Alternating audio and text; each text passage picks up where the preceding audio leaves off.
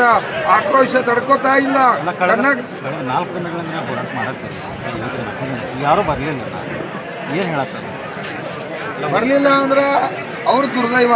ನಾವಂತೂ ದಿನನಿತ್ಯ ಚಳವಳಿದ ಸ್ವಯಂ ಸೇವಿತವಾಗಿ ಸ್ವಾಭಿಮಾನದಿದ್ರೆ ಇವತ್ತು ಸಾವಿರಾರು ಸಂಖ್ಯೆಯಲ್ಲಿ ರೈತರ ತಾವೆಲ್ಲ ಇವತ್ತು ರೊಚ್ಚಿಗೆಳ್ತಾ ಇದ್ದಾರೆ.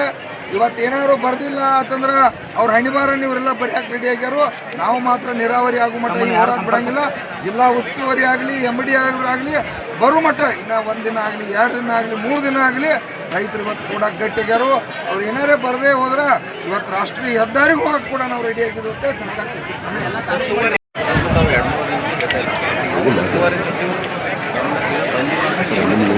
ಉಸ್ತುವಾರಿಗ ಗಮನಕ್ಕೆ ನಾವಾಗಲೇ ಮೀಡಿಯಾ ನೋಡ್ತಿರ್ತಾರೆ.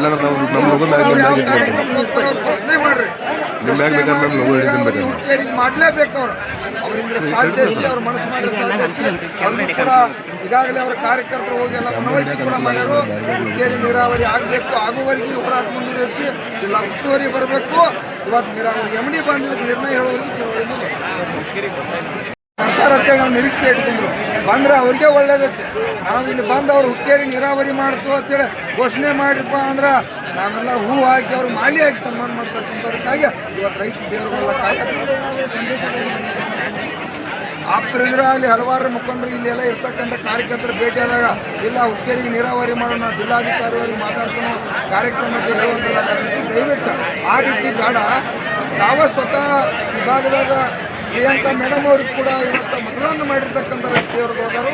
ನಿಮ್ಮದು ಕ್ಷೇತ್ರ ಕೂಡ ಐತಿ.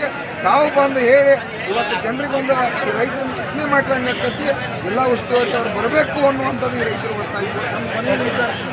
ಕೊನೆಯ ನಿರ್ಧಾರ ಇವ್ರು ಯಾರೂ ಕೂಡ ಗಮನ ಹರಿಸಲಿಲ್ಲ ಅಂತಂದ್ರೆ ಇವತ್ತು ಸಾಯಂಕಾಲ ಒಳಗೆ ನಿರ್ಣಯ ಮಾಡ್ತು. ರಾಷ್ಟ್ರೀಯ ಹೆದ್ದಾರಿಗೆ 1 ಲಕ್ಷ ಜನ ಹೋಗಬೇಕು ಅನ್ನುವಂಥದ್ದು ಕೂಡ